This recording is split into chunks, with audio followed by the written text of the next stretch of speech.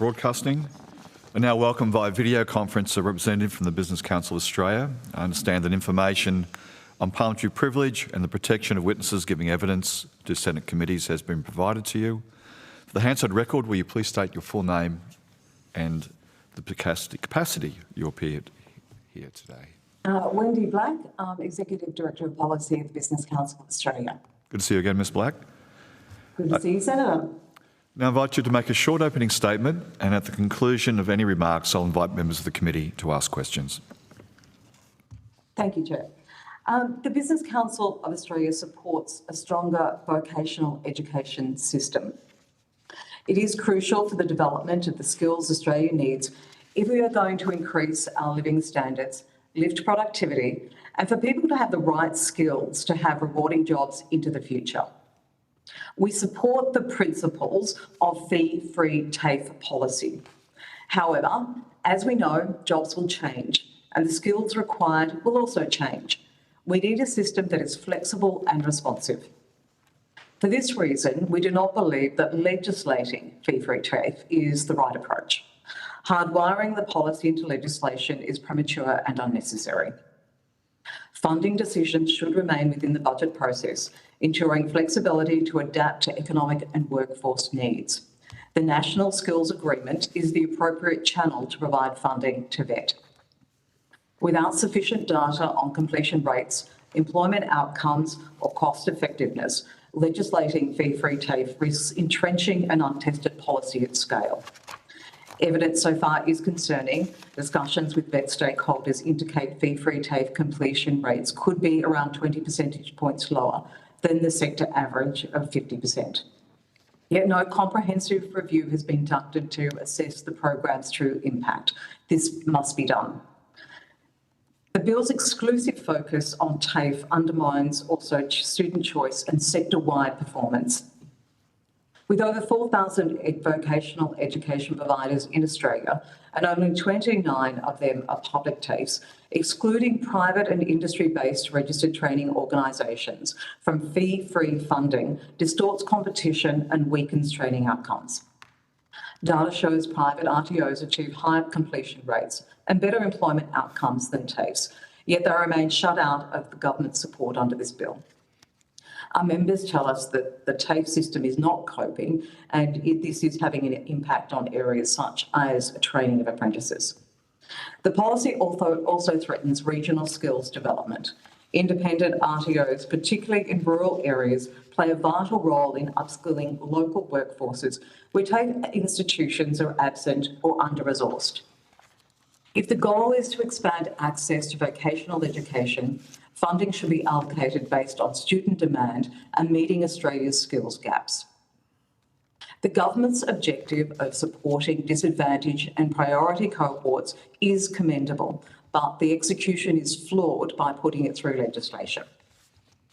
In summary, the committee should reject the bill in its current form while maintaining the fee-free TAFE policy.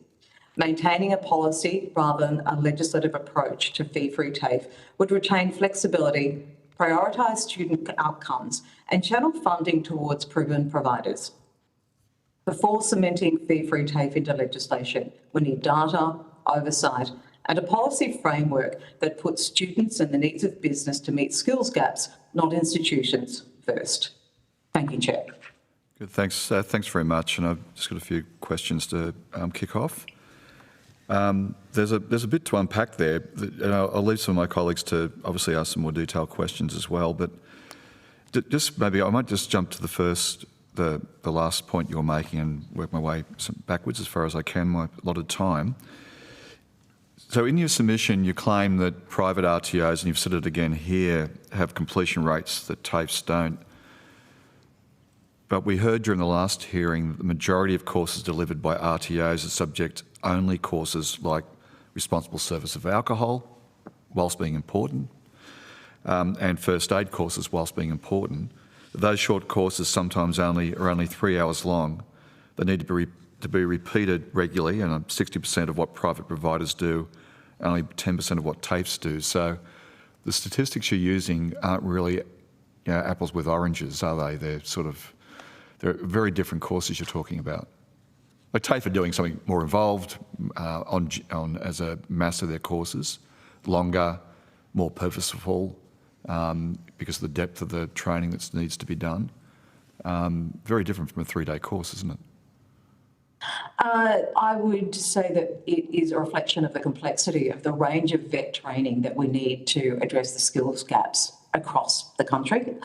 I would say that TAFE does one particular role. Some of the RTOs do a different role, and that includes the longer courses as well. So I think to try and categorise them in that way doesn't actually reflect the breadth of what the RTOs do as well.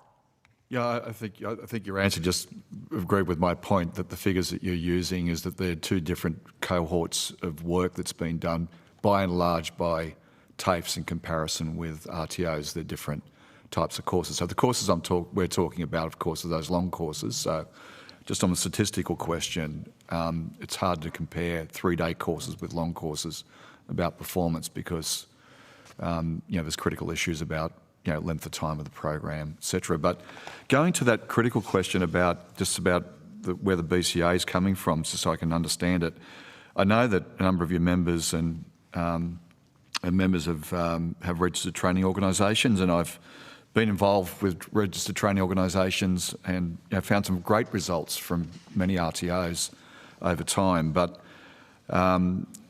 a lot of those private operators also are a little bit questionable. I know that McDonald's, who's a member of yours, according to an AFR article, that this goes back to the Morrison government, paid McDonald's $72 million to subsidise trainee pay, where stores could claim up to $28,000 a year per employee in training under that scheme. Collectively, the article says that the fast food giant stores claim for more than 8,000 trainees, had a 53% completion rate. Most training was for Certificate 3 and retail delivered through the company's in-house training provider. But it said that out of the 226 McDonald's franchisees, 14 had dropout rates above 70%.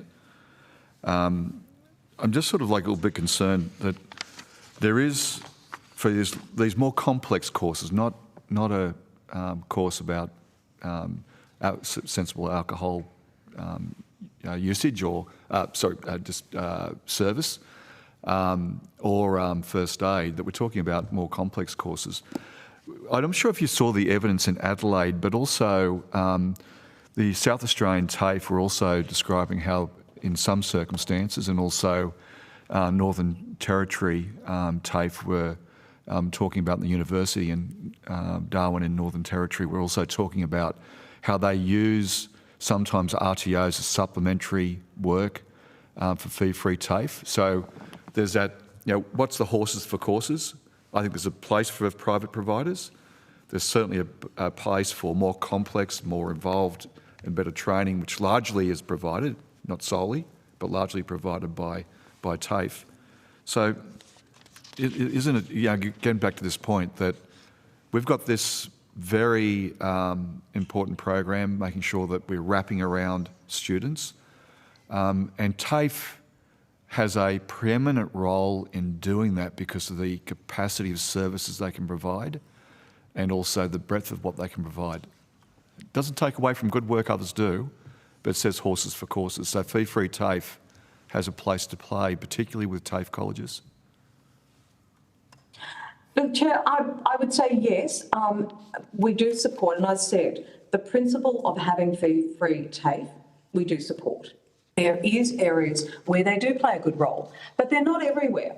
And I was really heartened by the evidence from TAFE SA, and I think South Australia is actually doing quite a good job here because they know the skills challenge they're facing there, particularly in the energy transition, particularly with the work they've got to do around AUKUS.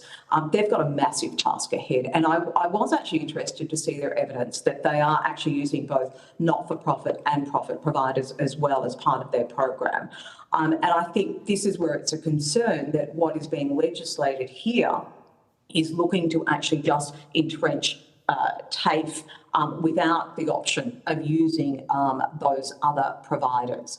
Now, if the other providers can actually be involved, well, that would be excellent, because I think you actually do need to mix everything up. I will go back to your other point about comparing apples and oranges. I think there are some where you compare apples with apples. I mean, TAFE does short courses as well, RTOs do, but they also do longer courses, more complex ones.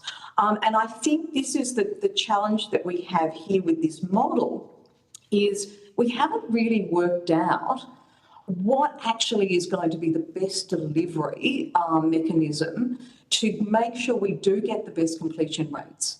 RTOs, you're right, in some areas do shorter courses, and the reason they're successful in doing that is because they're more flexible.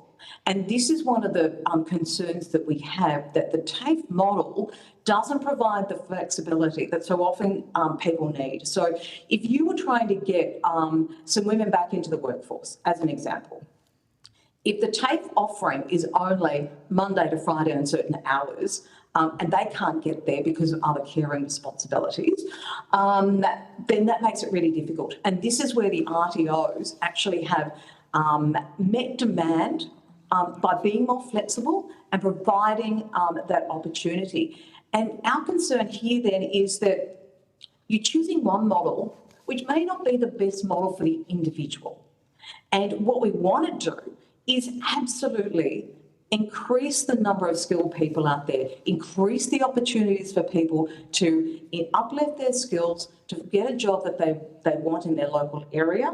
And so often there may not be a TAFE there. We're a big country, there's only 29 of them. And I think that is also one of the challenges. So as I said, in principle, I think this is a great initiative. We particularly welcome the announcement from the government last year of the additional 20,000 for the construction sector, absolutely needed. But we don't know yet how that's following through. Let's see if we've got the model right. Let's see whether we've got the right provider. What are the real outcomes here? Have people then got longer term jobs? I think that's what we really want to see.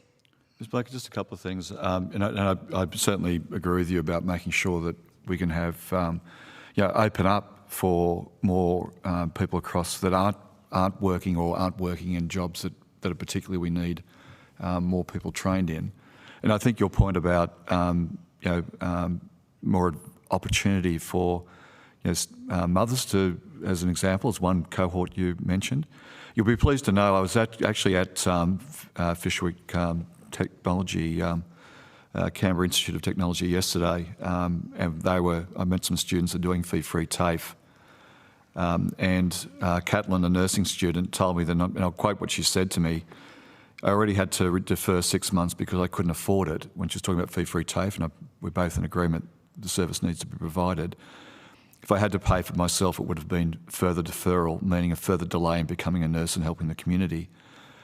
So one of the things that she was pointing out, and having a young family, and the TAFE service has been able to actually meet her requirements. Also, just on this point about flexibility, there is a capacity for TAFEs, and also within the funding model, where the flexibility in legislation where there's a need has been identified for other providers to deliver. They can deliver, and they are delivering. In actual fact, there's a whole list of other providers that are delivering as well as part of this program.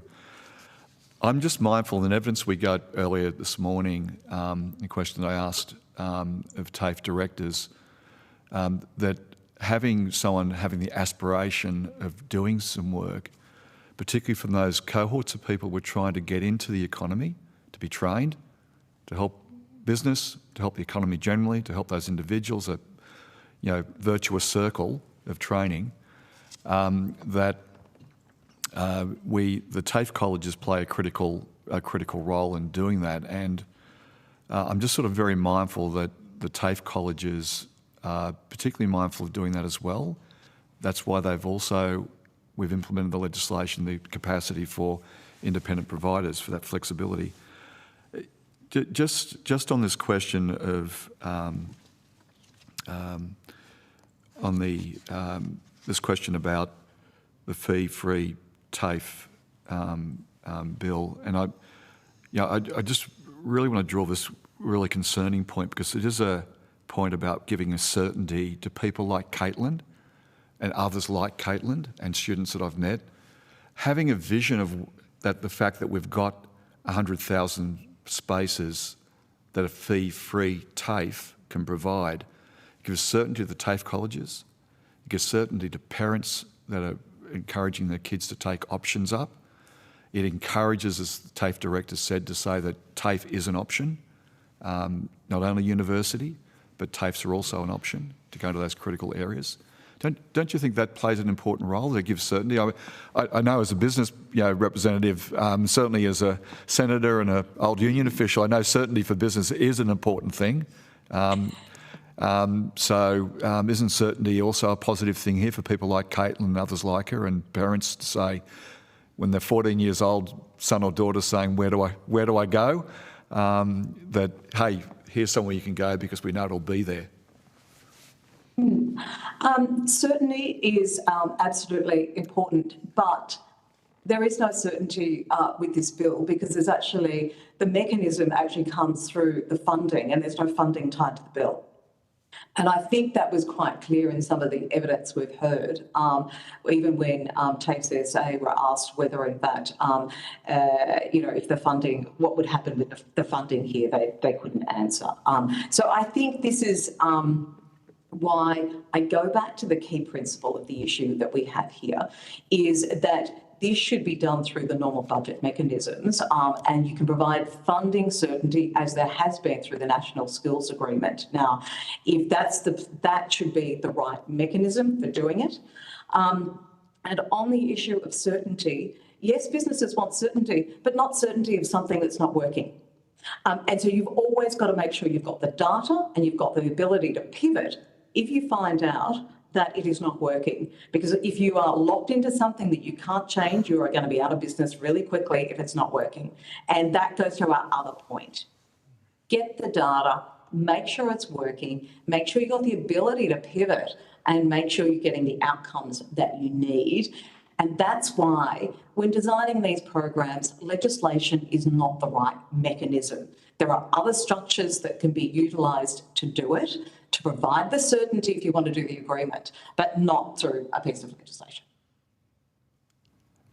Ms. Black, that's a very interesting response. I know my colleagues are going to also ask some questions, and I'd love to ask you some more questions, but I'm going to hand over to the Deputy Chair. We might have some time at the end, Chair. Thanks. We might. Thank you.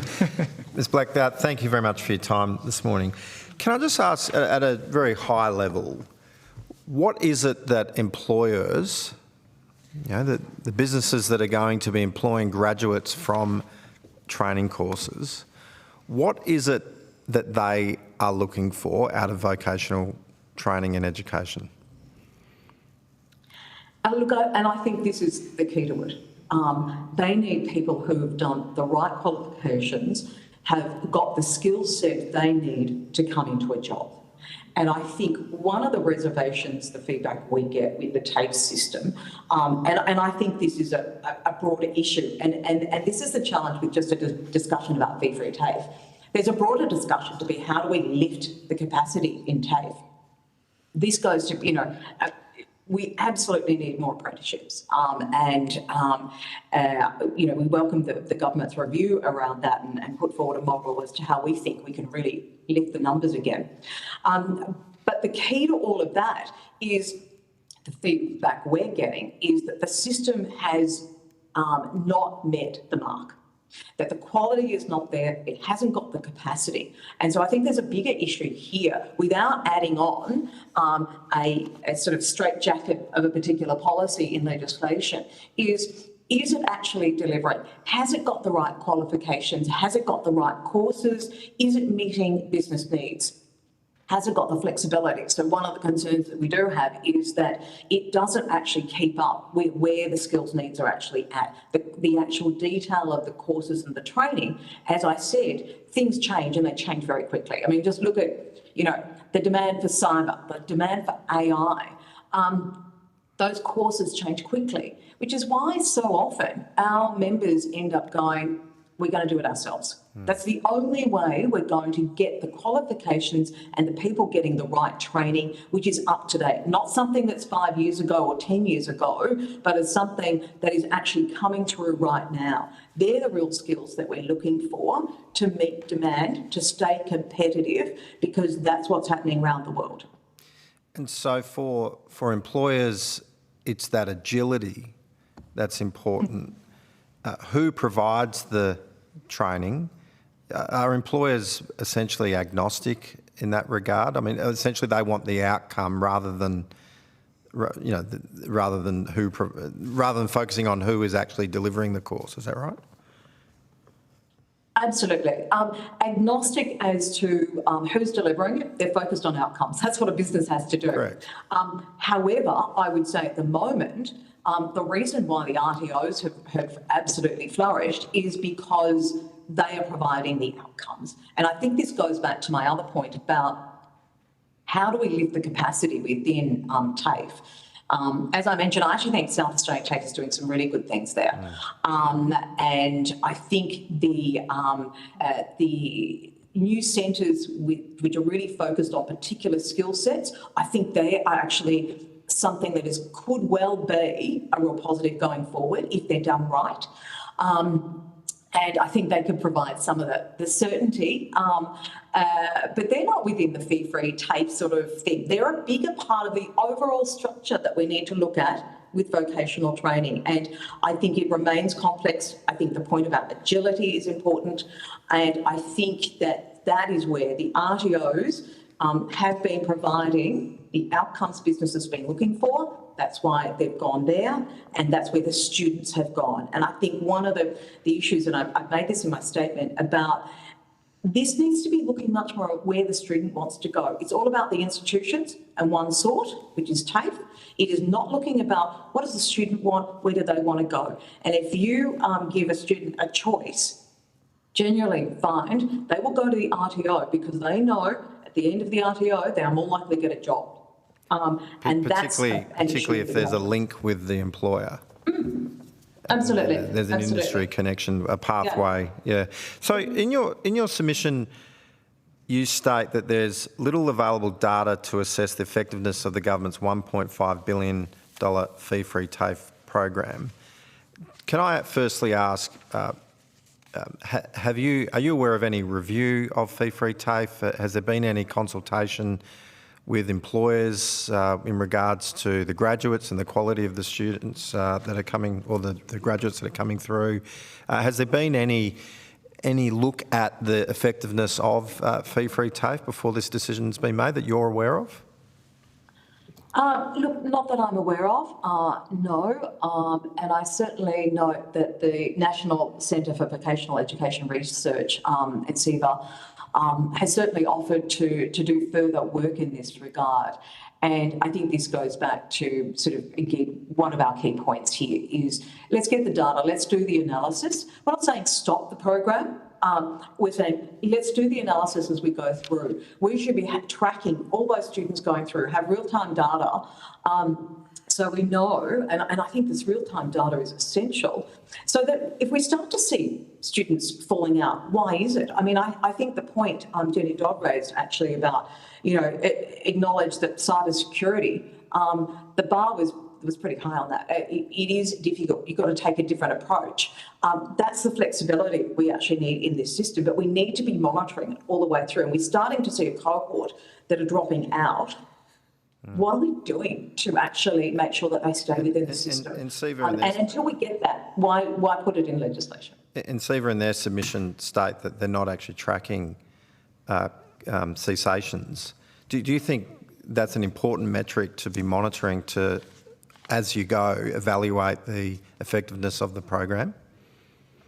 Absolutely. And that goes to my point about, particularly if you've got a vulnerable cohort, which, as I said, we're really pleased. This group of people really need to actually have that opportunity, and TAFE can provide that if it's got additional supports around it. But you need to be tracking that so you can intervene very quickly. And you can see if there's any particular trends.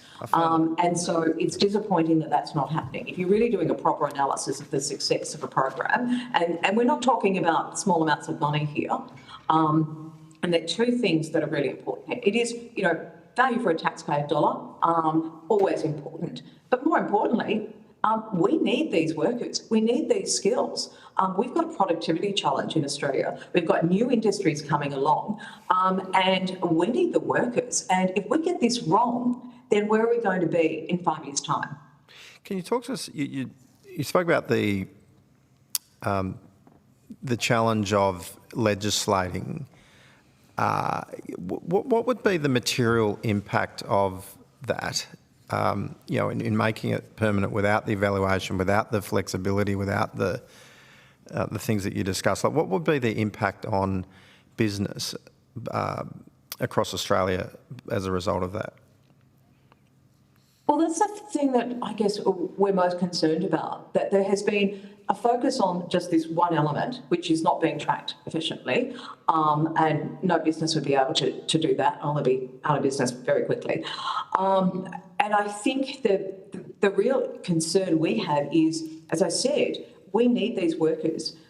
We need to lift our productivity. We need the electricians. We need the nurses in the care economy and the aged care workers. We need to be able to do our technology changes, whether it's in adopting AI, whether it's in cyber, any of those different areas. We need that workforce. And our economy will continue to go backwards. Our living standards will certainly go backwards if we haven't got the workers that we need. And you'll also have a cohort of people who won't find that their jobs are not so rewarding because they haven't been able to get the right training for the right job. And that, to me, as a community, would be another poor outcome. Aside from the business and productivity impacts. The Chair was asking questions earlier about and mentioned that a lot of the courses that are delivered by private RTOs are short courses such as responsible service of alcohol and other type of courses.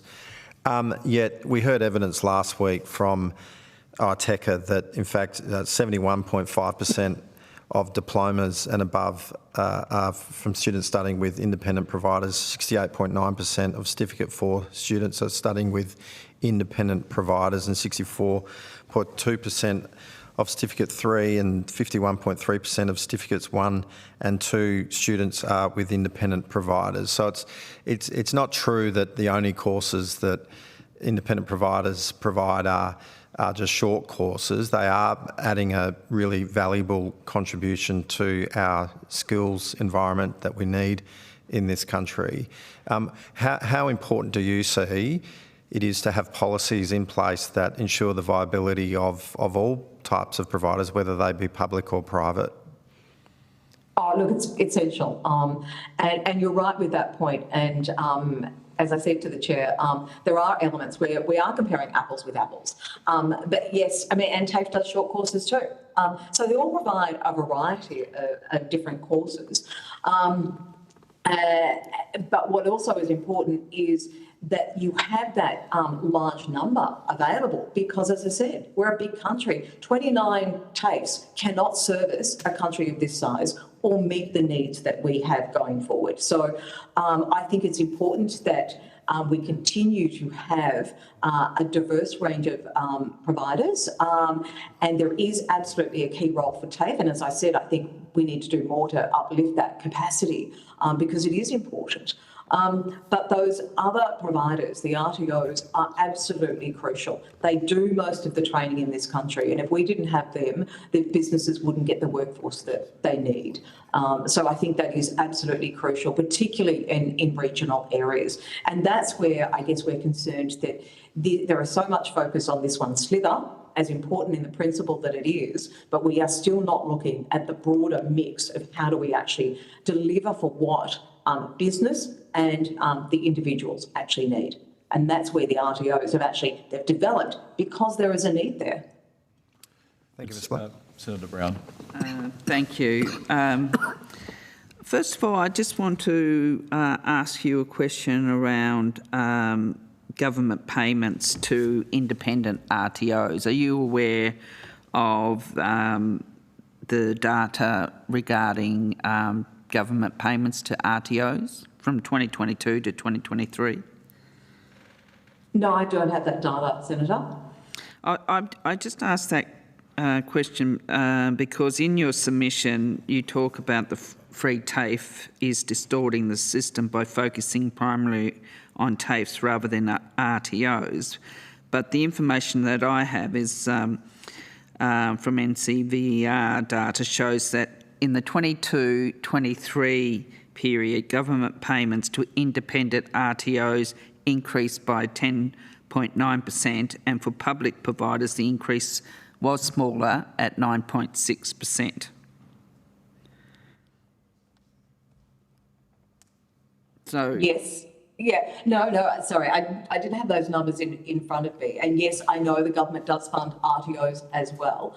And look, absolutely acknowledge that. And I think that is important. But I do think it's also important that you look at this, and this is where I go back to this principle about how do you make sure you've got that mix in funding right.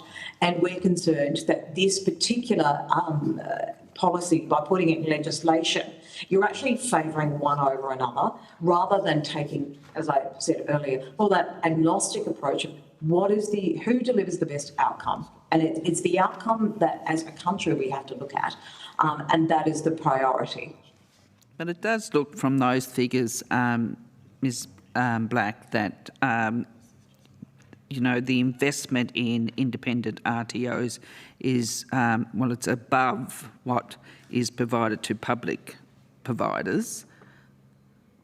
So there's no I would say that I can't see how you talk about a distortion in the system. And I don't...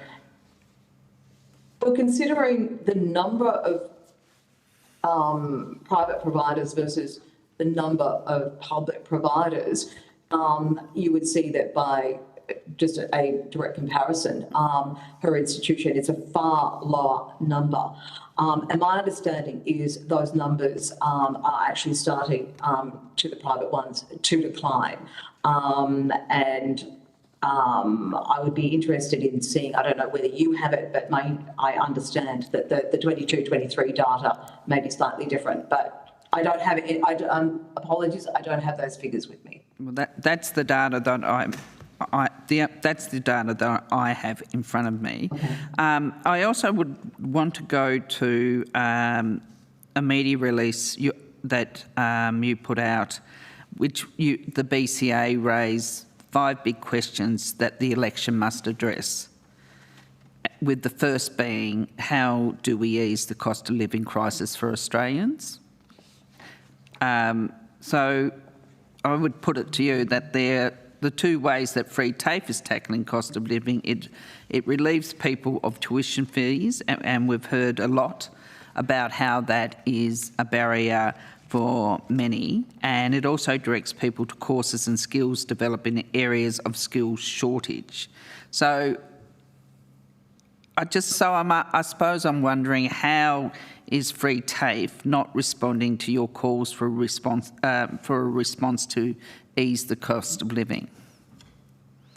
So pleased, Senator, you've read the document, and there's a lot of good policy ideas in there for you, not just in this area.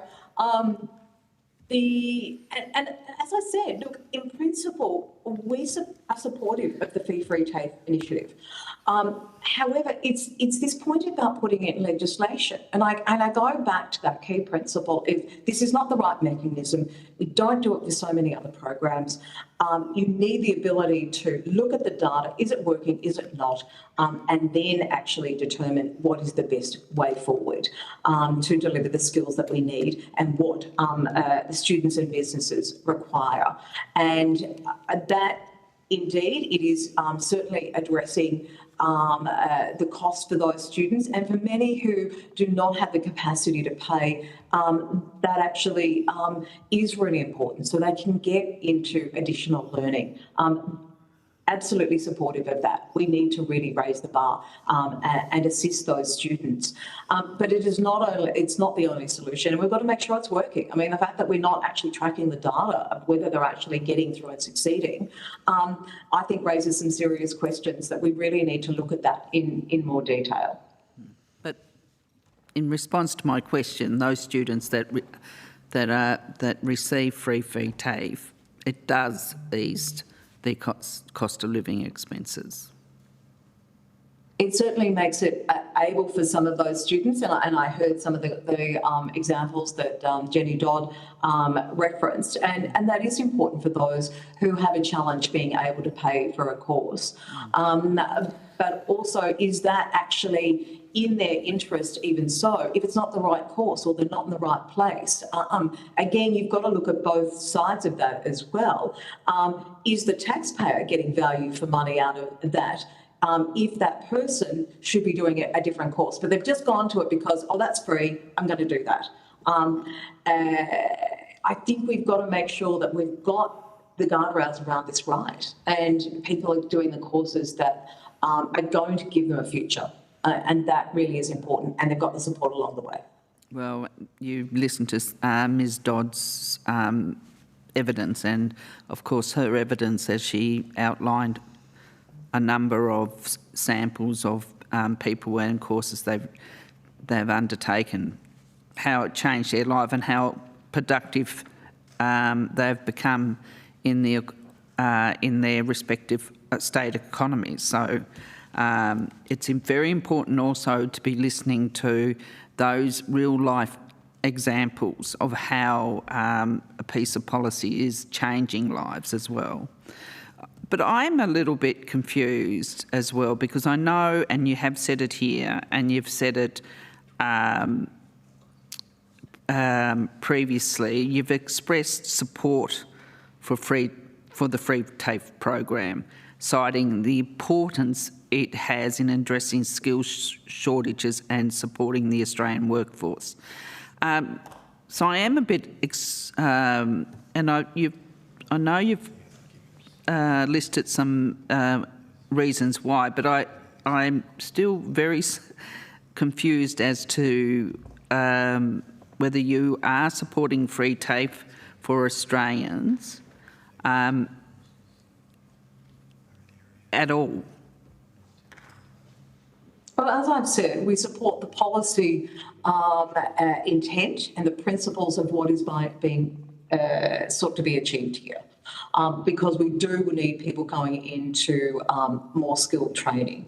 And some of the cohorts that you have mentioned, and I think the way that it does change lives is excellent. We want to see that. But I also say, we're not tracking some of that. So how can we make sure that more people get the advantage and have those positive outcomes if we're not checking to see, well, are some going in and not actually completing it and not being supported through? So unless you've got that data and looking at retention rates and responding, this is not going to be as effective as it otherwise could be. And I think that is actually very important, because this is only one part, as I said, of the entire skills program that we need to look at holistically across the country. But previously,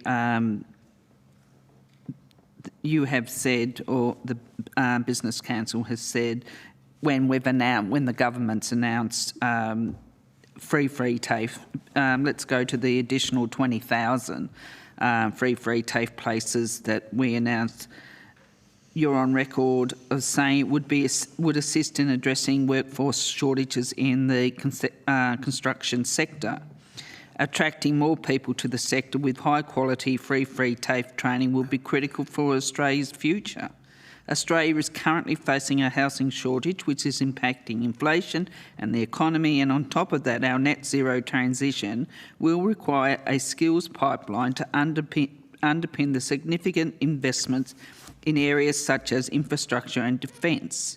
Increased demand will put pressure on the vet sector. We look forward to working with government on increasing teaching capacity and capability across this sector. So you welcome that. And so what I would say is I just do not understand why creating a certainty around free TAFE going into the future, given with the change of government in 2022, we all know there was a severe skills shortage. Why, given your previous quite glowing support of free TAFE, why you are in principle supporting it but are not supporting this piece of legislation? It doesn't seem like the previous comments really match this position. I believe they do, and I referenced that earlier, that statement that we made. And we do and continue to welcome the investment, particularly in the construction sector, because we do have a housing supply crisis, in part, driven by a lack of the workforce. So, as I said, we do support that. We support the principle of fee-free TAFE, particularly targeting the areas of need, like the care economy as well. But it's like, as you would in any business, you support it, you test it, you trial it. Is it really working? So we think that is a great initiative. Let's try and get some more workers in there. Let's try and do some more work around reforming apprenticeships and get those numbers back up as we need to do. But it doesn't mean that you lock it into a piece of legislation until you know the outcome. And that's the key difference here. It's not saying we don't support fee-free TAFE. We don't believe it is the way that the legislation is done is by putting it in legislation. That's the right way to go. Use the normal budget processes, do the proper analysis as to whether is this getting the outcome, is there other ways, and how does it fit within the overall structure of the skills gaps that we need to address. How do we get that better operation between vet and universities and schools? In reading our Big Five questions for the election, you will have noticed we also focus about the importance of doing more in schools. School counsellors that actually will hopefully direct people into these areas of skills gaps and say, hey, look, there is an option here of fee-free TAFE, or you can go to the university, or you can go and go to an RTO. But because this piece of legislation is only looking at that element, that's the concern that we have. Well, the government, of course, is all looking at a connected education sector, of course. I'll have to go to Senator Brockman. Thank you. Thank you, Chair. Just a few questions from me. Thank you for appearing, Ms Black.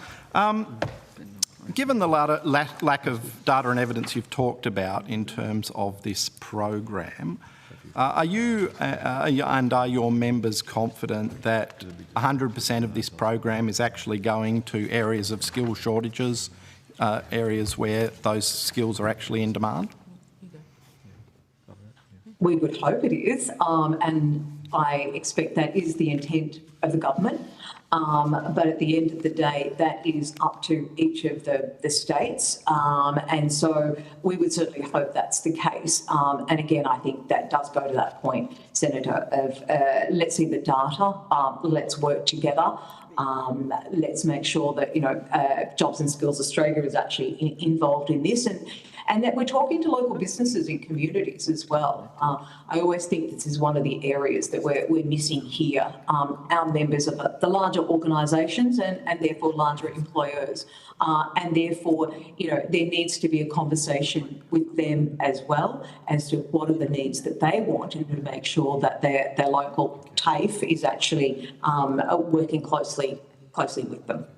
So, I mean, would it be fair to say that the view of the BCA is that there is that lack of data and evidence to permanently entrench this program in legislation, the funding mechanism to continue this program, if the government chose to, without this legislation was already there?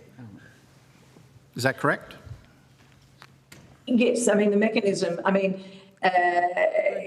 fee-free TAFE is existing now and there's no legislation there. I mean, it goes through a skills agreement. That has always been the model. Now, if people don't think that the skills agreement has been delivering what it should have done, well, that's a matter between the Commonwealth and the states, and we can have a separate, very long conversation about how those relationships work, and getting better accountability and better data sharing and transparency about the money that is invested, particularly in the vet sector, so we get the outcomes that we need. Look, our view is that, as I said, in principle, the more that we can do to train people, whether they be coming out of school, whether they want to have a new career,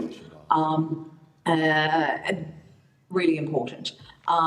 But you can only make sure that that program is working, you're meeting those needs by tracking it and actually having the data and knowing that you're actually offering the places in the areas that are needed. And I think this goes back to my earlier point, is that the TAFE sector is not everywhere where there are skills gaps and communities needing additional workers. So this is one of the concerns, that we're actually then having to sort of fit everything around this model.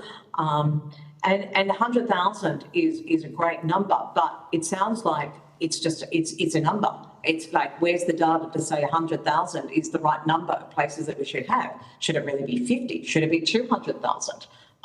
You're picking a number without actually working out what really is in this, for this cohort, is it the right one? Is that the right figure? And I couldn't answer that for you now because I don't have the data. I'd like to see how it rolls out. We may find, it could be a larger number, but let's get the right information so that we get the right outcomes for the money we're spending and the people who are going into these courses, because you don't want them wasting their time either. I mean, based on the evidence we've heard at this committee, it seems to me that you can make a pretty strong argument that this bill is a marketing exercise, not a policy exercise. Would you care to comment? That's ridiculous. Senator, no, I won't comment. I'm more interested in policy, which is why we've outlined why we are concerned with just how it's structured at the moment. Irrespective of whether it's in legislation or not, making sure that we don't lose some of those very good private providers who are meeting a need and give good quality outcomes in areas where TAFE does not exist. And TAFE is not the be-all and end-all of the solution. It is part of it. There's no doubt about that, an important part. But we need to think of the whole vet sector and how it comes together and delivers for everyone. Final question from me, Chair. One thing that concerns me is that this could be used by future state governments as a bit of a get-out-of-jail-free card for them if they decide that their budgets are under pressure and decide to withdraw some funding from TAFE. Then the federal government is left in a very awkward position. Do you have any comment? Well, I think that does go to a point I raised earlier about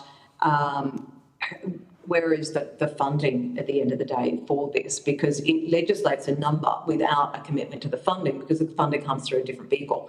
And I do think that is a challenge. I'll go back to my point about the relationships between federal and state and who does what and who funds what. That's always a contested space. I think, again, that's where we get concerned that you've got something here, a structure, but really, if TAFE really wants the certainty going forward, is this really providing that?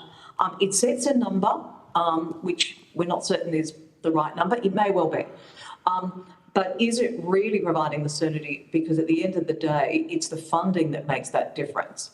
And that's where you can do that through your skills agreement, through your normal budget processes. That happens with, your health agreements, schools agreements.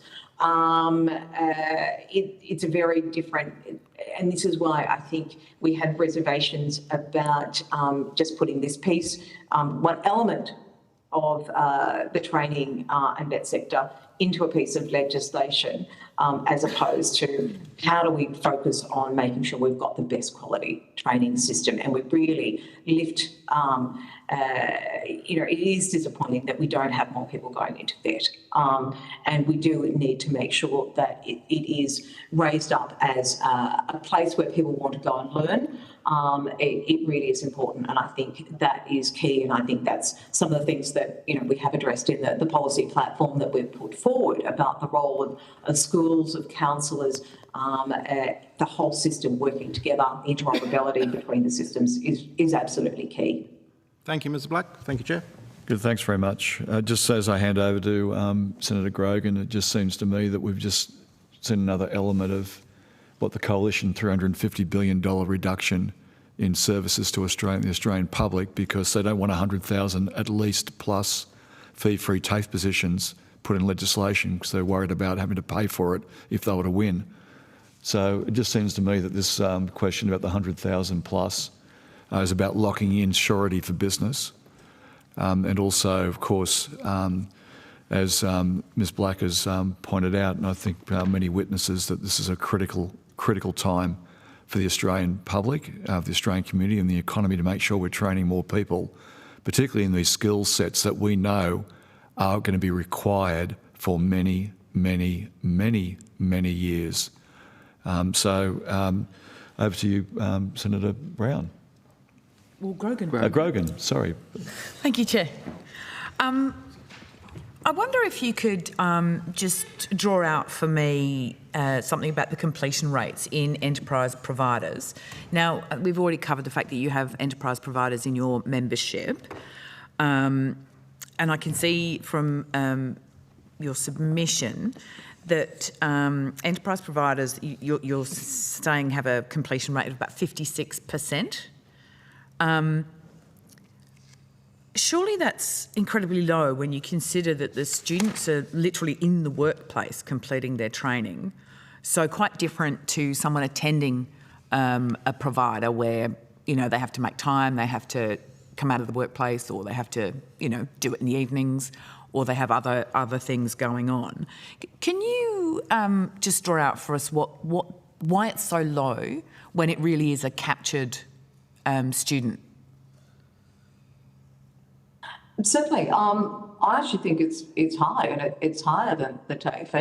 And when people go to TAFE, they also so often can be working at the same time. So I think that comparison is not quite right. But my point, Ms. Black, is that if they are working and doing TAFE, it's much more complicated than if you're just doing your training. If you're doing it, just as valuable, don't get me wrong, just as valuable, but if you're doing your training while you're at work and while you're on the job and it's part of your job, then it's kind of embedded and you're very much a captured student. It's in your employer's interest that you progress and in yours. Whereas if you're doing training separately to your job, obviously that's another complication in your life. So I would have thought that the rates of somebody who is learning on the job, training on the job, and having that sort of enterprise structure would have a much higher completion rate. I think,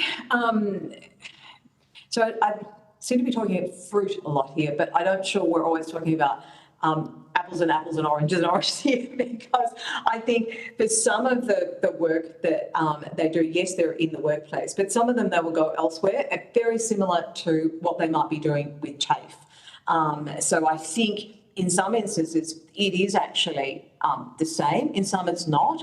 But I also think what it does highlight is that when you are actually with your employer and it's one of their RTOs, that is where you're getting that real-time, up-to-date training that you can see is relevant for your job.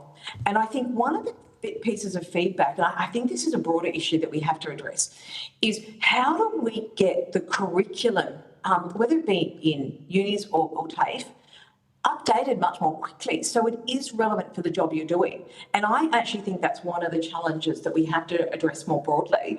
And I think that is why so often, and as I said, that's the feedback from members, is that the TAFE courses are a bit slow and therefore not up to speed. Therefore, they go and do their own thing. But for their workers and the students who are studying, it also is therefore more relevant. I mean, nothing worse than doing a course and come out and go, gee, they're not using that program anymore. That was really of no great use. So are you saying that's the situation that your members who are enterprise providers are having, is that they're providing training on the job through their enterprise to their workers that is of no use? No, the opposite. I'm saying, okay, so I think you maybe let me ask you the question again, because I think you're talking about quite a different thing than what I'm trying to get at, which is, so say I'm studying nursing at TAFE and I'm doing it part-time and I work through the daytime as a barista, right? And Tony here works at McDonald's. He's on the job doing a retail course. Long as it's not at grill, because only 18% of people finish their courses at grilled, so definitely don't send me there. Yeah, we won't go to Domino's either. So our situations are quite different. Tony's employer is putting him through training as part of his job to help him improve his skills and, chart his course in retail. I, however, am working quite separately from my training, so it's more complicated for me. So what I'm saying is, I understand the completion rates in vocational training, but I'm not understanding the dropout, because I think the rationale or the reasons that we've heard and that I'm aware of, having worked in that industry, for completion rates not being as high as people might think they are, it's not always a negative thing. But within an enterprise environment, I don't understand why the rate, as quoted in your submission, is 56%. And I'm just wondering if you can unpack that for me. Okay, I see what you mean, because I was thinking that you're meaning they were doing their training and then doing that with TAFE and working. So, yeah, not working as a barista. Look, I still think that, your outcome is still better, and therefore, if the outcome you're looking for is that you're actually going to get people getting that qualification, aren't you better off trying to get them into the job and doing that on site and getting that better outcome anyway? I think you're misunderstanding what I'm asking you. I'm not saying one's better than the other. I'm not saying any of those things. What I'm asking is, how come the completion rate, if you're a captured student, your employer is helping you get through training, it's completely connected to your work, why are those rates not significantly higher? Now, there may be good reasons. I just don't understand what they are. So that's what I'm asking is, can you step me through why a totally captured student with their employer bang on board, the two are interwoven, so many, many less challenges than someone in my example earlier, like being a barista studying nursing. That's a lot more different. That's a lot more challenging. But if your employer is providing training, which is great, if they're investing in that training, but why are the completion rates at 56% as cited in your submission? Yeah. Look, the same as maybe the case with other people doing study, sometimes people realise it's not for them and they may change jobs. But if I can use an example where I think, and it's a really good example of where business does incredibly well, their RTOs, if you look at apprenticeships, have a 90% completion rate. So if you're looking at those longer term qualifications that we really need to get in more skilled areas, the rates are actually actually very good. Can we always do better? Absolutely. And I think we, all our members will be looking at how we can do that and improve it, provide more supports for people. Absolutely.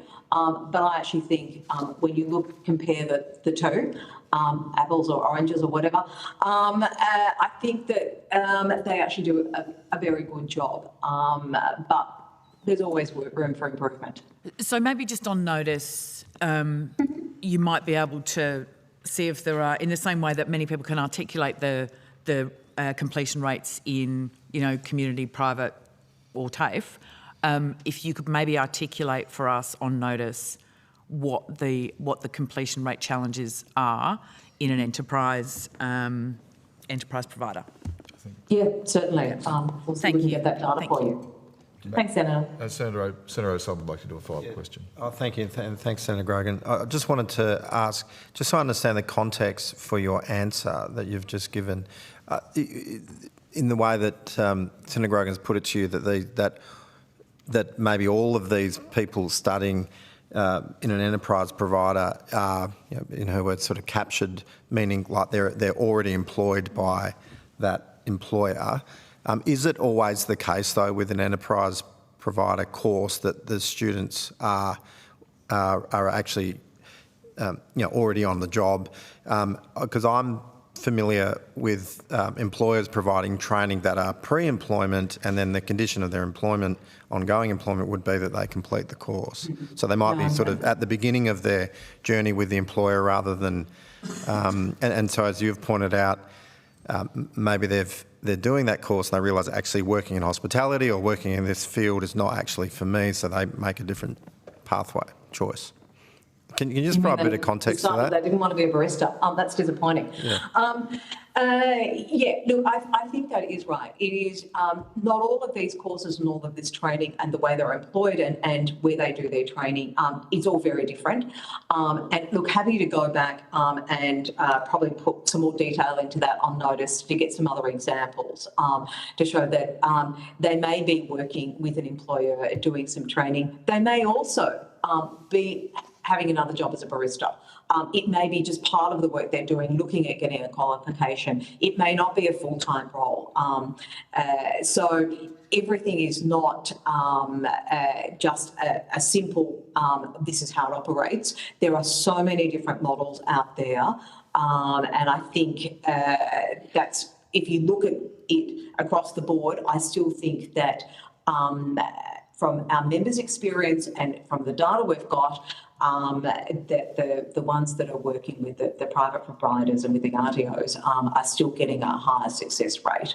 But I'm happy to take some further, come back on notice with some further information. Good, thanks. I just want to correct the record. I did say 18% completed certificates at Grilled. It was actually Domino's in South Australia, was only 18%. So it was many hundreds, running to the thousands of people that missed out on getting a certificate. And also, just regards Grilled, in an apprenticeship scheme the previous Morrison government did, there was a 60% dropout rate, even though they were employed directly. We know that a lot of the people weren't receiving training at all, but the company was getting subsidised. And also, just to clarify all that, is that there's been, in addition to all that, there's been 17,000 students that have been ripped off by private training providers, none from TAFE, as the evidence that we received earlier this morning. So thank you, Ms Black, for your evidence. It's been a great deal of assistance to the committee in all of our deliberations. Thank you, Chair. Thank you, Committee. Thank you.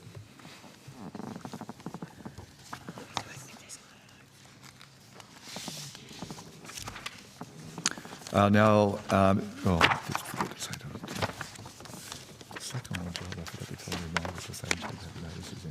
Anyway, there you go. You'll send her a message, won't you? I can rely on you, Jerry. Good, thanks very much. And now welcome representatives from the Australian Council of Trade Unions and the New South Wales Teachers Federation. I understand that information on parliamentary privilege and the protection of witnesses giving evidence to Senate committees has been provided to you. For the Hansard record, will you please state your full name and the capacity in which you appear here today? And Mr Chadwick, if we start with you. Good morning. My name is Philip Evans Chadwick. I am the TAFE lead organiser for the New South Wales Teachers Federation. Good, thank you very much. And over to you, Mr Watts. I'm Christopher Watts. I'm the Senior Policy Advisor for the Australian Council of Trade Unions. I might ask, since you're in the room, Mr Chadwick, would you like to make a short opening statement before I go to the committee, and then I'll go to Mr Watts and ask if he'd like to make a short opening statement. Thank you, I would. The New South Wales Teachers Federation is the trade union for TAFE teachers, managers and teachers in TAFE children's centres, as well as other related TAFE employees. It also represents teachers in New South Wales public schools. Federation strongly supports the fee-free TAFE bill passing as it breaks down financial barriers to students' access of high-quality vocational education, while at the same time it maintains a focus on placing public TAFE at the heart of vocational education. The current skills shortage crisis places a roadblock on many key government initiatives. These include housing, the transition to a clean energy economy, early childhood education and care, aged care, and of course, ending the scourge of domestic violence. It has been our experience that public TAFE can provide the high quality vocational education required to remove these roadblocks and ease Australia's skills shortage.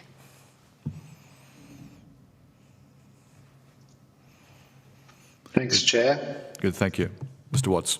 I'm here today to express the strong support of Australian unions for the free TAFE legislation.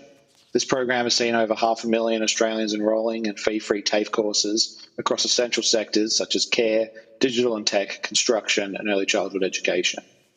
The fee-free TAFE program is an opportunity to address critical worker shortages, particularly in the care and clean energy occupations. It also represents the government's ongoing commitment to TAFE and to ensuring that at least 70% of VET funding is directed to TAFE.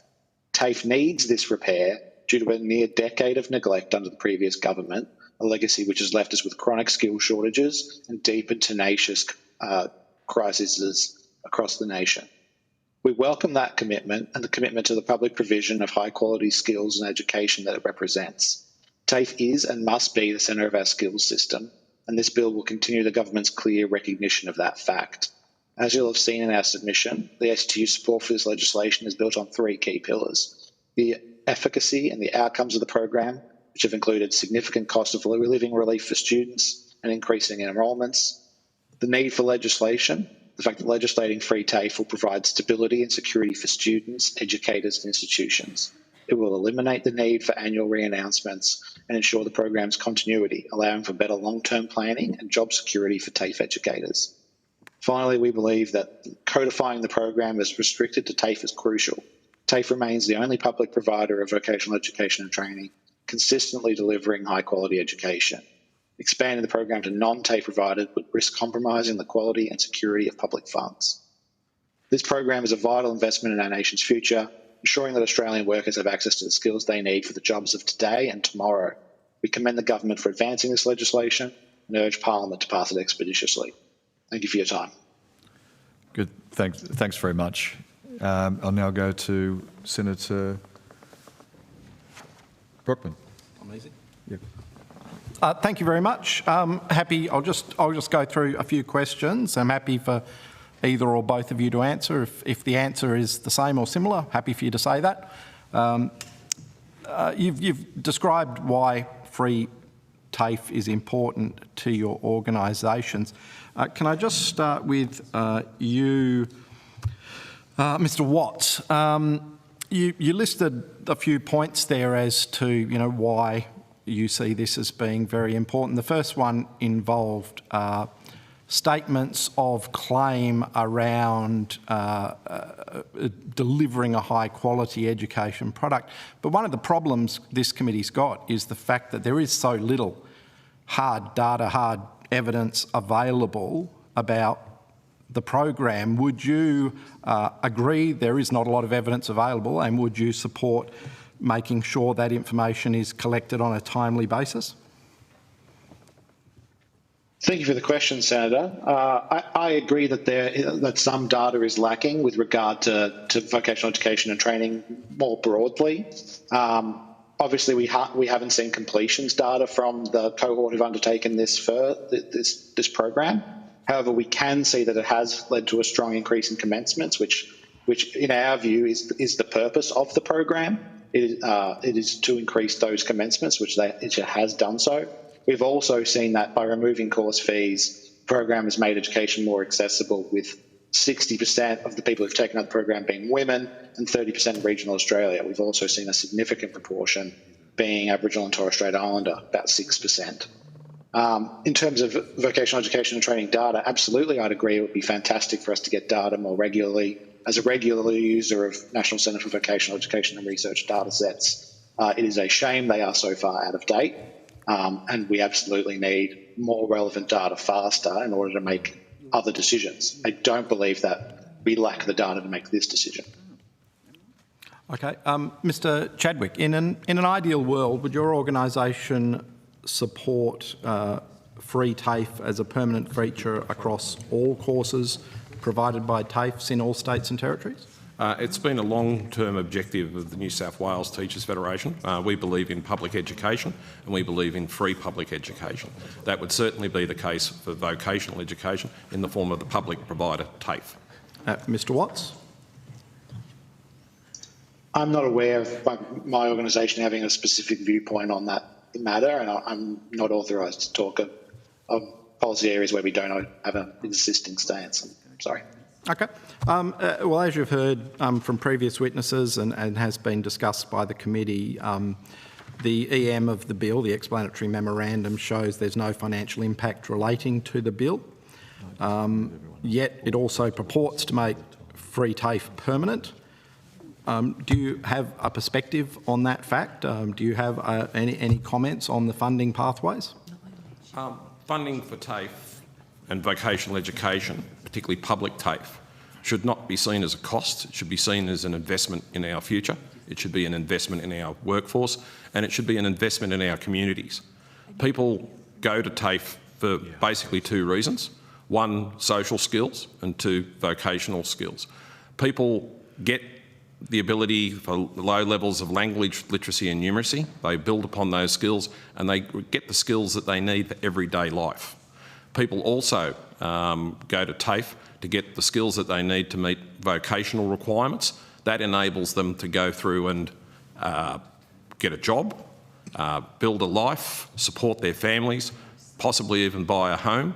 More importantly, it also allows them to get out of the social requirements of social security.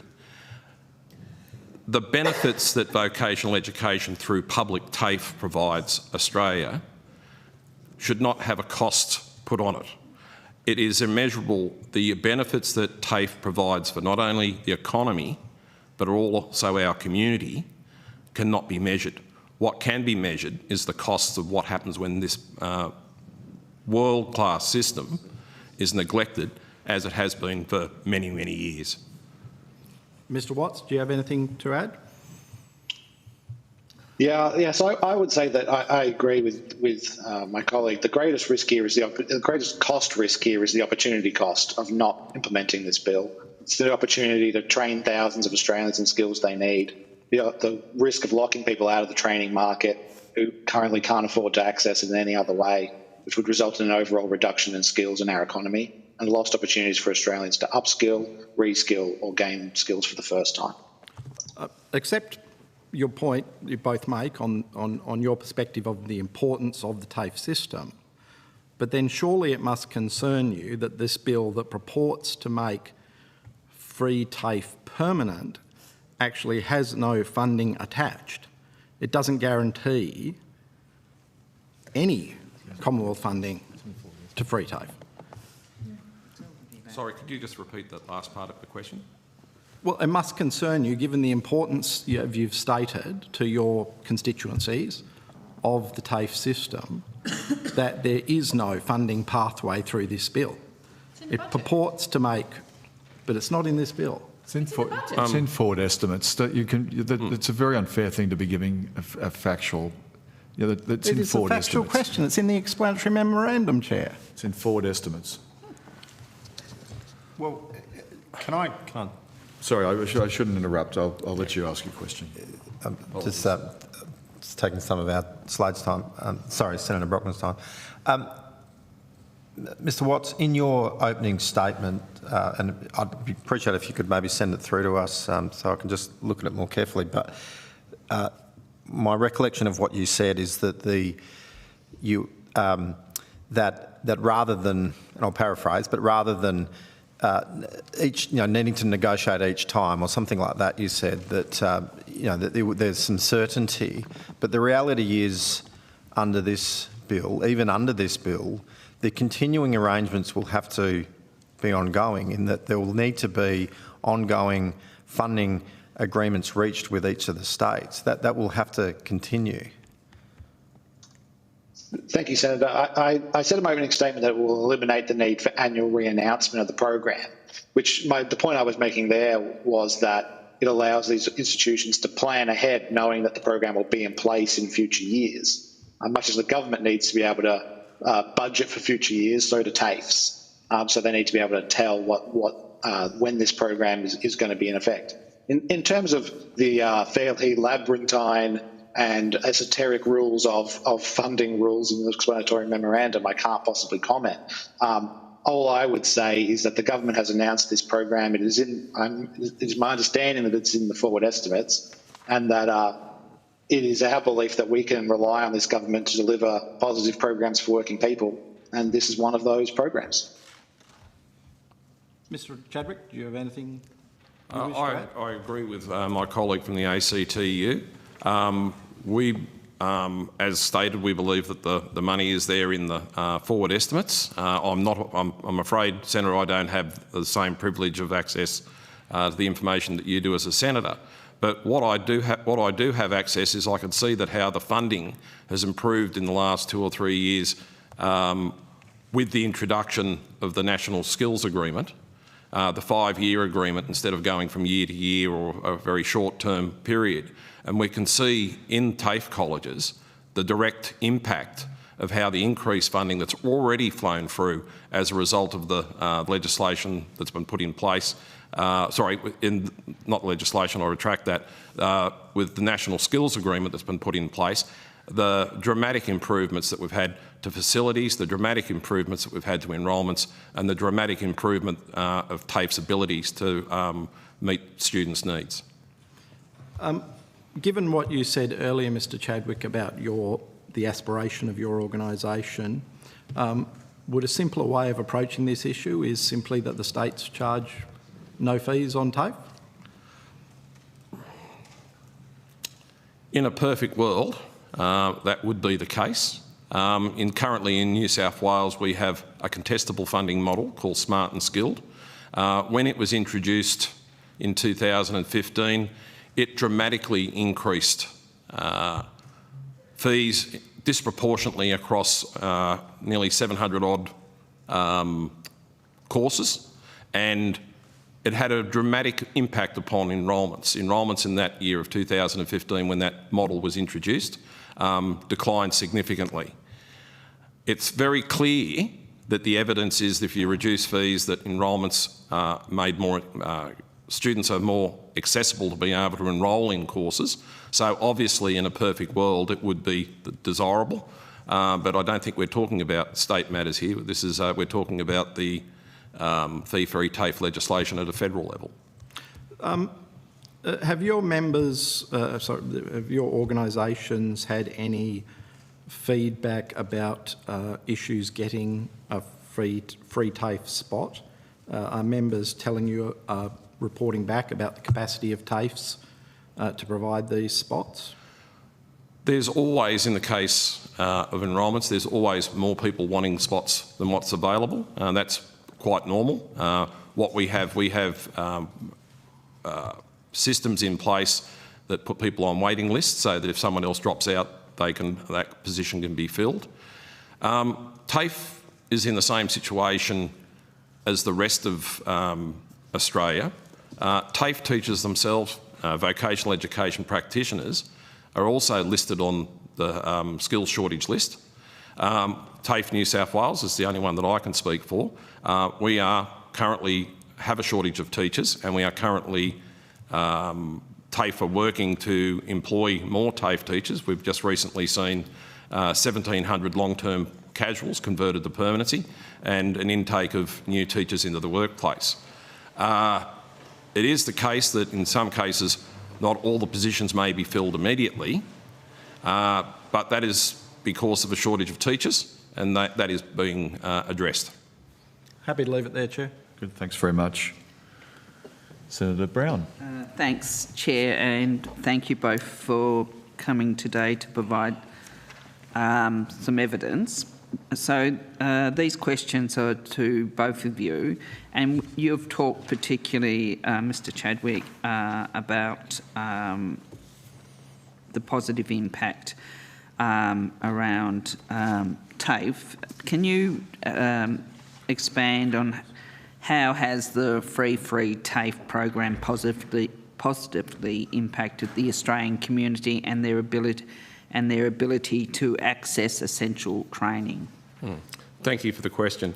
As I mentioned before, when high fees are imposed on TAFE courses, it's an obstacle preventing people enrolling in that course.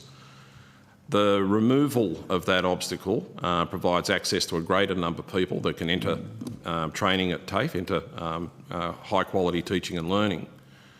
The payback for the community is that we skill people up to occupy those vocations that are listed on the skills shortage list, and it works towards easing the skills crisis that we currently find ourselves in. Those people, once they move into those jobs, they then form part of the economy. They find themselves financially better off because of the skills that they've achieved at TAFE. Employers have a skilled workforce that can aid them meet their needs and provide the services that they need to their customers. And the TAFE graduates, they become, customers themselves, and the cycle continues. It's a cycle of improvement rather than a cycle of decline. Mr Watts? Yeah, I fully agree with everything my colleagues just said. I think we've seen the program succeed at making training easier to access for people, particularly from cohorts for whom upfront costs are typically a barrier. I mentioned earlier that the course uptake you've seen significant uptake from women and people and Aboriginal and Torres Strait Islander peoples. These are groups who often say that upfront costs have caused them to delay training or not undertake training. And so seeing those cohorts to undertake this training has been a fantastic outcome. But even for students who aren't in those cohorts or for whom the fee wasn't a tremendous barrier to training, we've seen it have a huge impact on their living costs. It's saving them thousands of dollars and potentially creating a lower requirement for them to work while studying, which is a great outcome. Thank you. We've also heard during the course of this inquiry and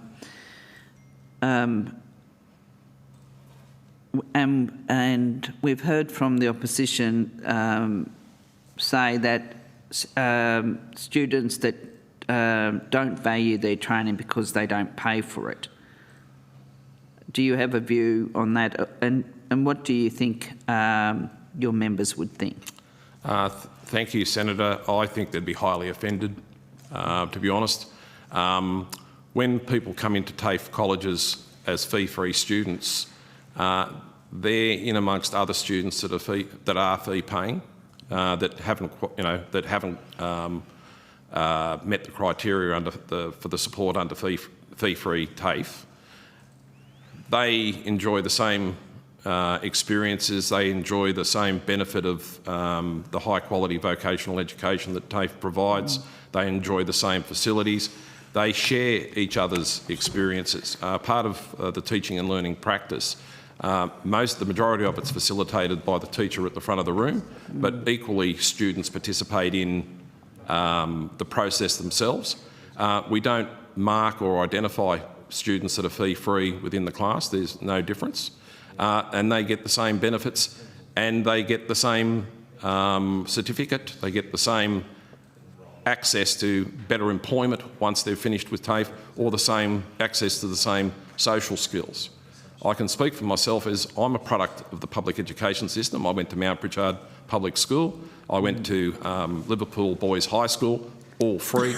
I cherished my time at those public institutions with free. I also went to Granville TAFE to get my electrician's qualifications.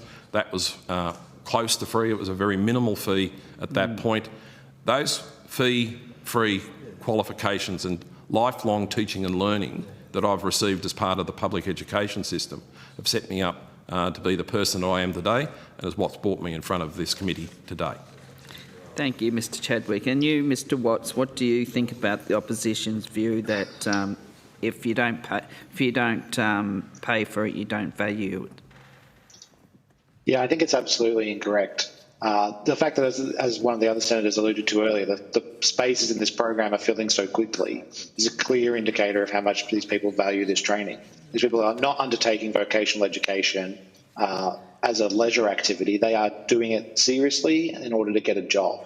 What we're seeing is people who previously couldn't afford to train being able to do so, or people who thought they would have to wait several years to undertake their training until they could afford it, being able to bring those plans forward.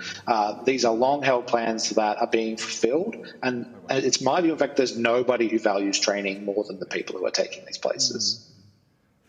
So why is it so crucial for free TAFE to continue beyond 2026? I'll take that one. Thank you, Senator. I think it was mentioned earlier in one of the earlier questions. Both students, TAFE and employers need the security that the fee-free TAFE legislation provides. We've seen over the last 15 years a series of policies come and go, contestable funding, voucher systems, a whole range of models of funding for TAFE that haven't worked. They haven't benefited the TAFE system, they haven't benefited the students, and most of all, they haven't benefited Australians in general.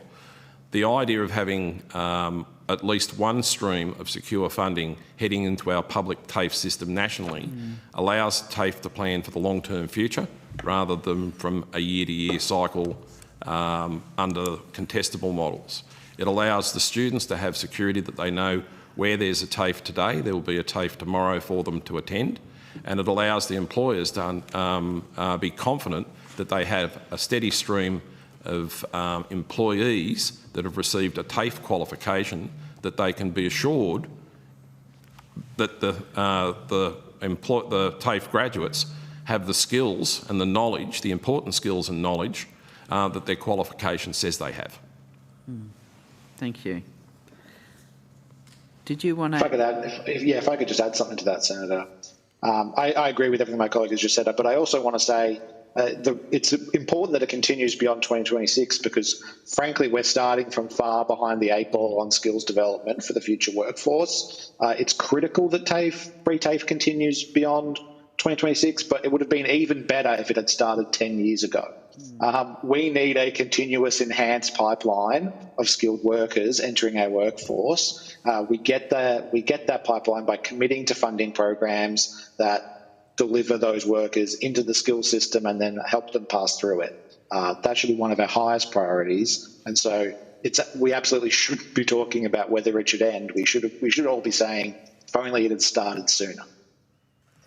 Thank you. And to you, Mr Chadwick, JSA published a study of the vet workforce in 2024 and found that TAFE workforce had better employment conditions, more diversity and is higher paid than the private sector vet workforce.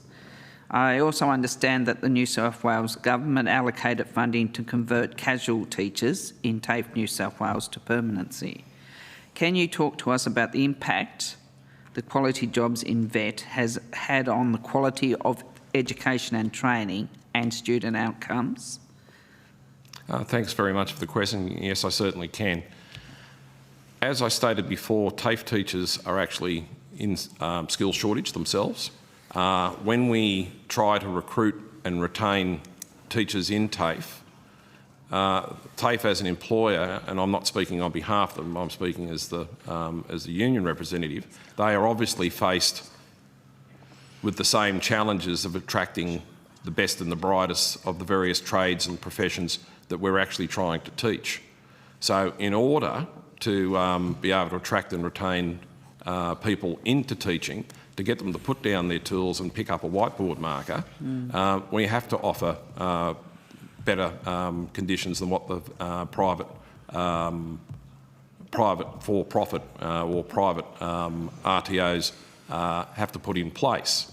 Traditionally, TAFE workforces, there's some 40,000 workers in TAFEs across Australia. In New South Wales, we've got approximately 9,000 teachers, what we call teachers and related employees. The workforce in TAFE is usually far more diverse than what they are in the public sector or in the private sector for RTOs.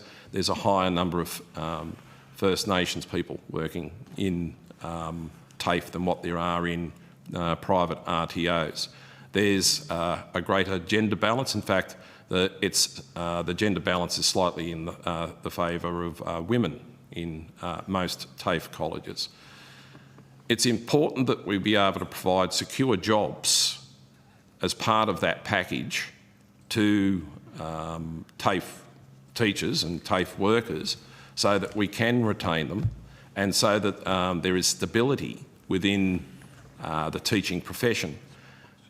There's a lot more to teaching these days than just standing in front of the students and delivering the content of what's in the training package. There's a lot of preparation work, there's a lot of research that goes on, and there's an enormous amount of workload that goes with it. Having a secure workforce provides the paid time for teachers and other related employees to be able to carry out those duties, and it gives them the ability to be able to develop and grow their skills over a period of time. Where we have periods of where we can get what's called return to industry, the returns to industry allow those TAFE teachers that have built their experience up as teachers to go back and freshen up their qualifications and freshen up their skills as in industry. So it's important that we have good working conditions for TAFE teachers.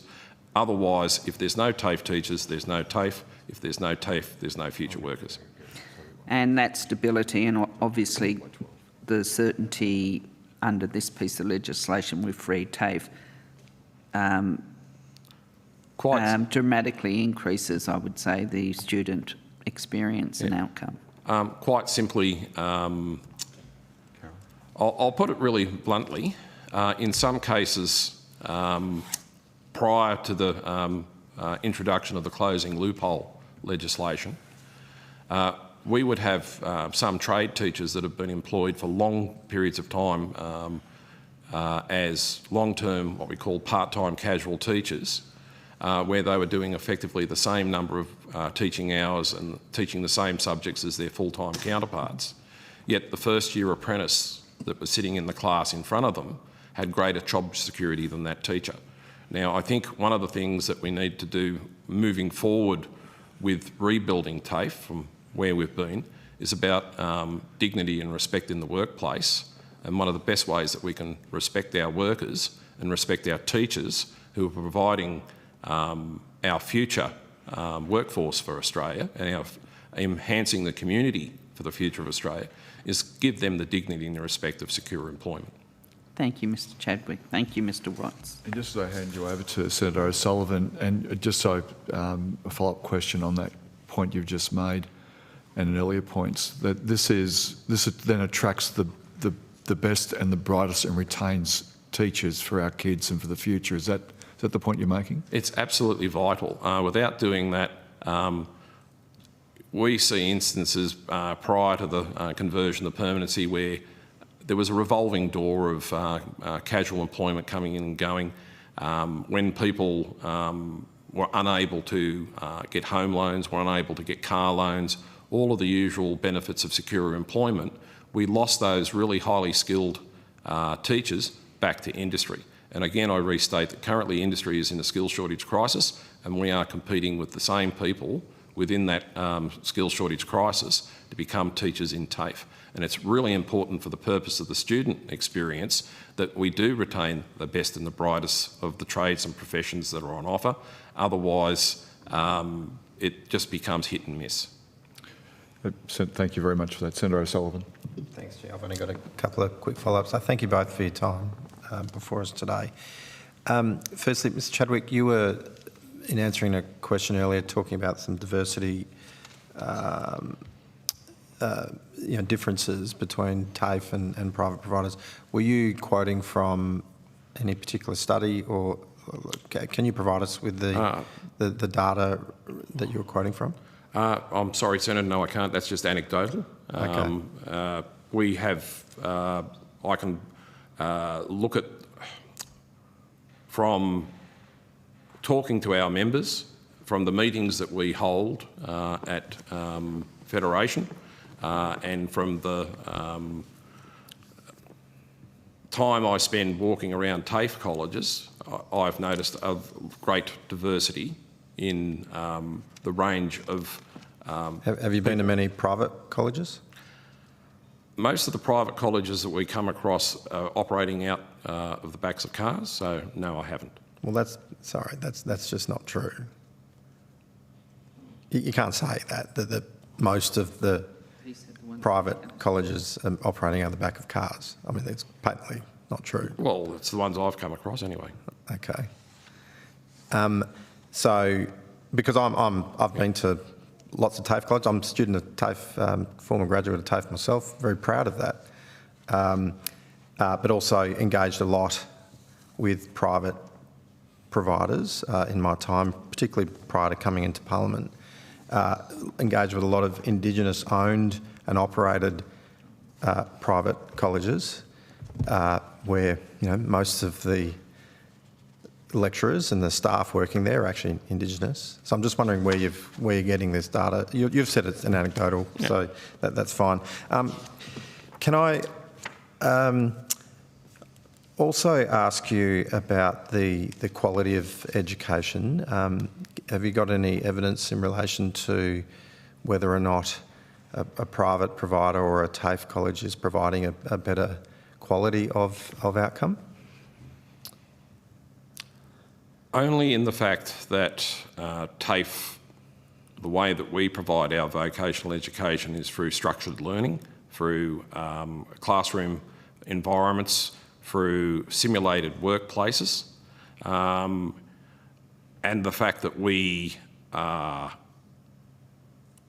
delivering a greater range of high demand,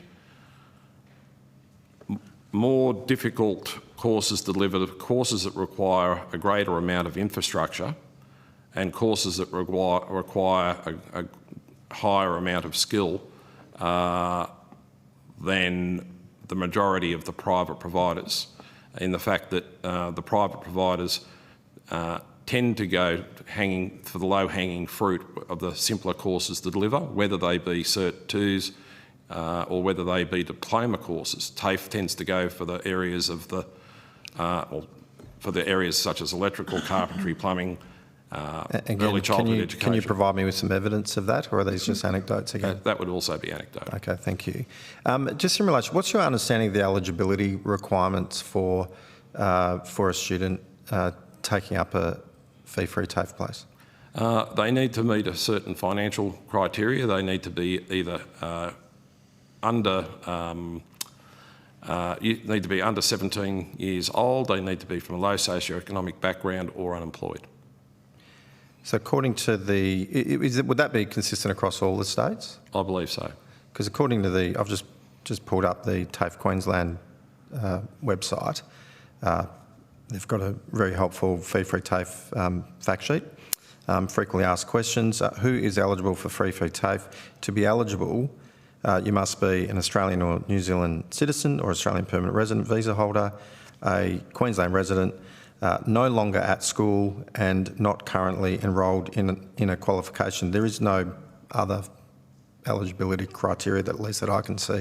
Can I here. just, if you don't mind, if I can just check my notes, I will give you a concise answer. Yeah, and while you're looking that up, the reason why I'm asking about this is just in earlier evidence to, I think it was Senator Brown's question, you said that you've got students studying alongside other students that are not receiving some are not paying and others are paying. So I'm just wondering again what you're basing that off, if you've got any evidence of that. Yeah. As I stated earlier, in New South Wales we have a funding model called Smart and Skilled. Smart and Skilled, depending on what course you're enrolled in, there may be an entry fee. What happens is when people make an application for the fee-free TAFE, that application is assessed, and the fee that's required by Smart and Skilled is waived should they get access to the TAFE-free TAFE course. That's at a student level or at a course level? That's at a student level. Okay. All right, thanks, Chair. Good, thanks very much. Just want to go to, I was recently at the Northern Beaches, Mr Chadwick, at the TAFE College there, one teacher, and I'll quote, said to me during that, on the 20th of January when I was up there, and it was a great facility. And the teacher told me that, and said that we provide digital and numeracy support foundation skills. It's a year 10 equivalent for kids who are enrolled at school but need a different setting. We're seeing kids from our classes go into carpentry, electrical, because that's life-changing benefits of TAFE for people who fell behind in school or didn't think they'd get another chance to upskill and go into a valued and important career.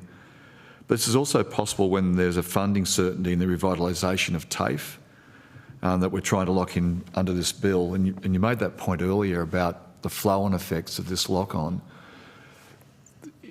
There's two questions here. The question is, again, if you might just expand the importance of fee-free TAFE is made to be made permanent, and what are the risks if it's not? And the other question is, for students doing courses, particularly with fee TAFE, there's lots of wraparound. It's not whether they're in the back of a car RTO or whether there's somebody in a larger building. TAFE has a consistency of wraparound that other services across RTOs don't have. That's my observation, and I'm not anti-RTO. I just think TAFE is the preeminent service. So can you just go to us about how important is the comments from the Northern Beaches teachers that have said some really wonderful things, and I've drilled down on some of the questions they've raised. I'm wondering what your thoughts are. Well, firstly, the first part of the question in regard to what are the benefits are very clear, that the fee-free TAFE legislation allows uninhibited access to TAFE courses. The risk of not continuing with it is we basically lock out people from accessing that high-quality vocational education that TAFE provides, and we risk going back to more of the same of what's been going on for the last decade and a half of uncertainty around funding, uncertainty around secure jobs in TAFE, and insecurity about whether those students can actually get a place. As far as the wraparound services go in TAFE, TAFE provides a wide range of services. These include language literacy, numeracy support as a digital, as you've mentioned, Mr Sheldon. We also offer disability support. We have what we call teacher consultants, which help individual students that have got a range of challenges in their life. We also have counselling services. We also, as you can imagine, that many of the people that come in taking advantage of the fee-free TAFE have issues going on in their life. And what coming to a TAFE college provides is access to these additional wraparound services so that we can assist them with what's going on in that part of their life so that they have a better chance of completing their course and possibly moving on to some other form of higher level of study. Well, and this goes to the certainty question. I know, particularly in New South Wales, that in 2023, the New South Wales state budget shows that over the forward estimates, the former Liberal National State Government had cut funding by $196 million, causing course cuts and staff reductions. Because by comparison, the Minns State Government and the Albanese federal governments reached a 5-year national skills agreement that will provide over $1.055 billion of additional funding to New South Wales as part of the $30 billion in co-investment around the country. Now, to the Teachers Federation, can you, and the representation that teachers are saying to you, can you just talk to me about some of the examples of how historic funding cuts at the state and federal level meant that TAFEs had to cut courses and close their doors? And are you concerned about the $350 billion cut that the opposition has said that they're going to do to government services and what that will mean, in your view, for TAFEs? Thank you, Senator. The range of cuts and closures is quite broad, and I believe our federal office, the Australian Education Union, has taken that question on notice. But I can give you a couple of specific items that immediately spring to mind. I'm sure we're all aware of the difficulties we've had in Lismore following the floods from a couple of years ago. Just prior to those floods hitting, because of cutbacks in funding and because of competition to other providers in that local area, TAFE closed its doors for bricklaying and wall and floor tiling in the far north coast of New South Wales. Students now have the harsh reality to do bricklaying or wall and floor tiling. The only colleges available are either in Newcastle or in Queensland. So students have to travel that greater distance. The other area that it's impacted... I'm sorry just to jump in here. I'm the Special Envoy for Disaster Recovery, and I know, as the community knows, and anyone listening to your evidence would know how important it is to have those skills in the country, let alone in that area. It's just devastating. Yeah, it's just adds to the woes of the people living in the Lismore area of the availability to try and get skilled tradies into repair their houses, and that's still ongoing despite the fact that it's been quite some time since the floods occurred. We're basically told that no one wants to be a bricklayer. That's the response that we're getting, because you'd have to ask, yes, that would be right if you have to travel to Newcastle or the Queensland border to take up that training. You can understand why no one wants to be a bricklayer. The other area that I'd just like to touch upon, and it's still ongoing, but we've had some dramatic cuts in the delivery hours for many trade courses and other higher level qualifications. Prior to 2015, when the contestable funding model Smart and Skilled was introduced in New South Wales, the majority of 3-year Certificate 3 trades courses worked out at 864 hours over the 3 years. Because of the reduced funding, effectively what's happened in TAFE in New South Wales, TAFE funding has flatlined between 2013 to 2022, as you state, Mr Sheldon. There's been very little increase in the dollars available, so TAFE have had to find efficiency measures elsewhere. And one of the major areas that they've cut is the number of course hours. Students are still responsible for doing the same amount of work, still responsible for understanding the same amount of knowledge and skills, but they've had a dramatic increase in the amount of time that they attend TAFE to be able to acquire those skills. They're still assessed on the same standards under the training package, and it's made life very tricky for students, and it's made life quite difficult for students for teachers because of the work intensification. So turning around and making these commitments to ongoing funding, increased funding, and programs as critical to rebuilding TAFE. Is that accurate a description? Absolutely, Senator. What it allows us to do is to plan for the future, and it allows to address some of those concerns and at very least prevent them from the number of delivery hours getting worse. And it's very important in country areas, rural areas. I've got to say on that matter, there's been a steady decline in the availability of courses in rural areas, and many of those courses are being moved online. For one example I can give you is Bega. We had a thriving TAFE college down in Bega. It covered areas like tourism and hospitality, it covered horticulture, it covered community services. The TAFE college, because of those cuts and those flatlining of the secure funding coming from the New South Wales government at the time, has now been replaced with what's called a connected learning centre, where many of those courses have been pushed online. There's nothing wrong with online learning. It's actually quite beneficial.